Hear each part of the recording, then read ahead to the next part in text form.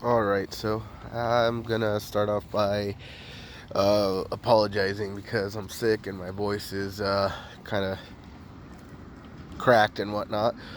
And second of all, to the few subscribers that kind of watch my videos, I'm sorry about, what's going on to the whole will goats series, will goats eat this, will goats do that. But I kind of have to do it because 99% of my views come from people that are not subscribed to the channel. So with that being said, um, I gotta I gotta put things out there that are um, relevant, and I gotta grow the channel, and that's the whole idea of this whole thing, is to grow the channel and eventually get you know 1,000 or so people watching this, and moving on to bigger and better things. I want to help people as much as I can. I've had a lot of questions, and a lot of these things are questions I asked myself before. So, um, that's kind of the whole idea of this, to document everything and that I'm doing, to see what works, what didn't work, help people out that got some questions, and get them, some answers, because after all, that's what the internet was invented for: knowledge sharing, uh, information sharing. Not really this social media platform and whatnot, entertainment, and anyway, I'm kind of rambling now, but so I'm gonna start the video. Sorry about picking my nose. I don't have editing software. I could do it, but I'm not gonna spend that much time, especially with the few people that watch this anyway. Um, I'm not gonna spend 6 hours out here recording a video, and then another 6 to 8 hours editing, and getting all that stuff out. It's just gonna be a straight shot. So if I ramble and I lose my train of thought, it's because you know um, I'm not editing this at all, and it's kind of hard to think of this on the fly. So anyway, today's video is gonna be about can you just broadcast oats on top of bare soil and hope for them to sprout and grow and be successful for forage? Not necessarily grain, because I'm using them. I'm going to use them as forage for the goats. You can see the goats out here. Oh, Lucy's going to pee. Yep, she's over there peeing. But as you can see, they're out here just munching away. And it's kind of sprinkling, raining, it's soggy and wet. But anyway, back to what I was saying. So oats. If you want oats to grow, you got to keep an eye on the forecast, obviously. Um, I planted these oats. It is Wednesday today, and I planted these oats last Tuesday. And that was intentional, because if you spread oats out, you're gonna have rodents, birds, um, ants, other insects that eat grain, which is like a lot. And oh, excuse me. They're all gonna eat it off the ground if you don't have any rain, and the birds kind of stay out of the wind, and they don't really fly out there too much when it's raining, or at least not here anyway. So last Tuesday, I noticed that there was going to be a big storm system coming in, and going to put some water on the ground, some rain. And the whole idea of it was going to be a few days of rain, and then a break, and then another few days of rain, and that was it. Well, that was the forecast that I got. So what I did was I went out, I bought a bag of Tractor Supply oats, whole oats, and I'm going to show you right now. They're on the ground, and I just kind of spread them out here. You can see, kind of put them out here, bare soil. I'm going to show you the different stages. So they've been out here for a week and a day, But 1 week with water, because it rained on Wednesday. Tuesday night, Wednesday morning it rained. And this is the field that I'm testing. As you can see, there is a ton of seed on the ground. Probably 10 times as much as you're going to normally need if you're going to drill it in. And the reason behind that is because I was expecting A, germination failures, B, I was expecting rodents and some loss of, for the birds and, eating it and whatnot. So now what I'm going to show you is the difference in performance between it being thrown, the oats being thrown on bare soil, and being overseeded on. Okay, so I gotta line it up here. Where are we at? Okay, there we are. I don't know if it's gonna focus. Nope. So I'm gonna try to do it this way.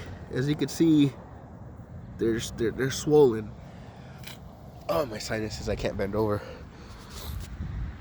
The seed is swollen here. It's been about a week and a day, and we had like 3 days of decent rain, and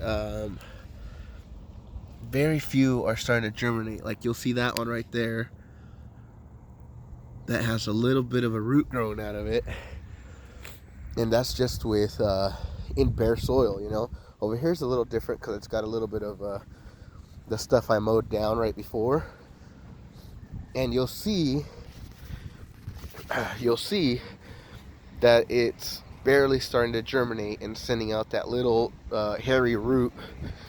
I'm unsure of the proper term on that, but it's thrown off a little root with a little bit of hairs on it, which are, more of the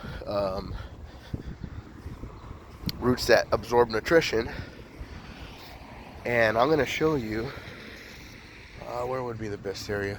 Probably over here. The difference between when you put it on when you overseed on bare soil and when you overseed on like some grass. So I got some here with grass, and you can see that they are way more advanced when you overseed. Come on, focus.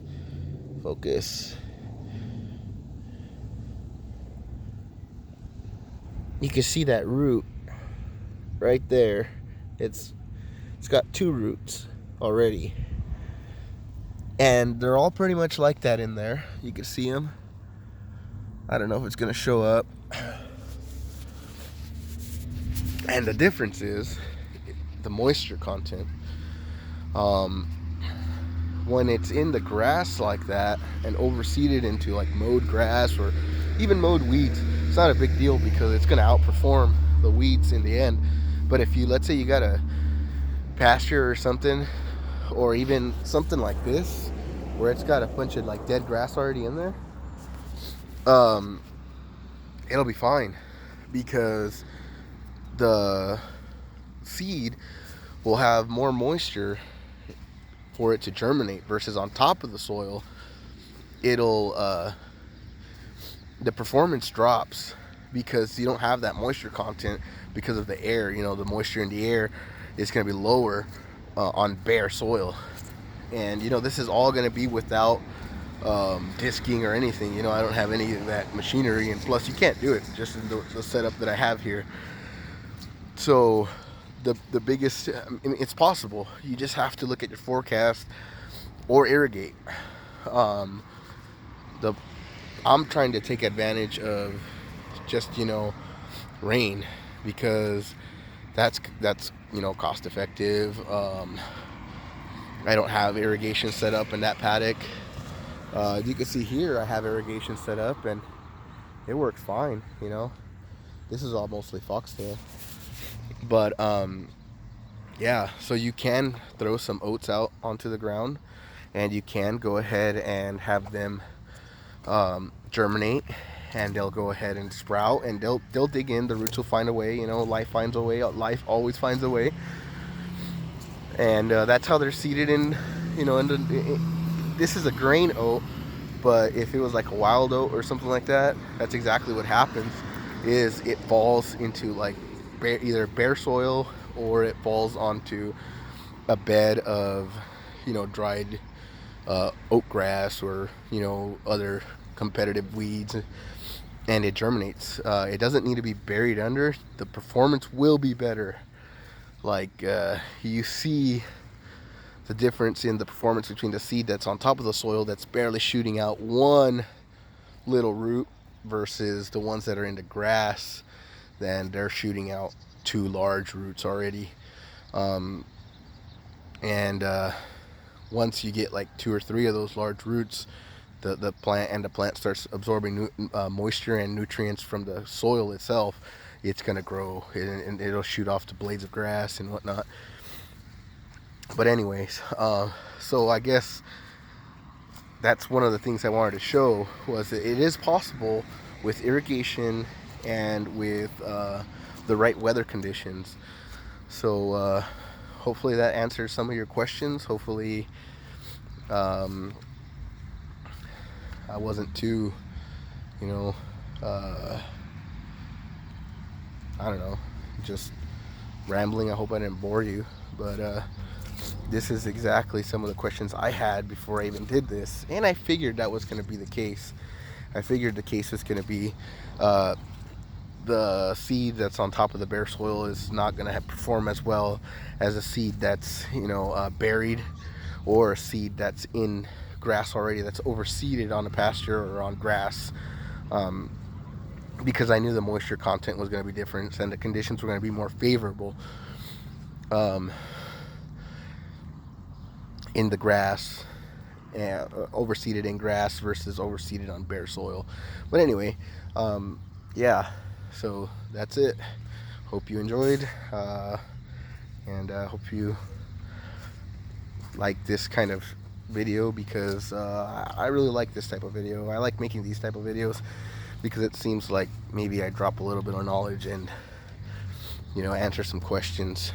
And that's one of the main uses I use YouTube, is to answer questions. And actually no, my main use, personal use, is to answer questions of my own and get things, you know, when I need help on something or whatever, I'm doing something and I want to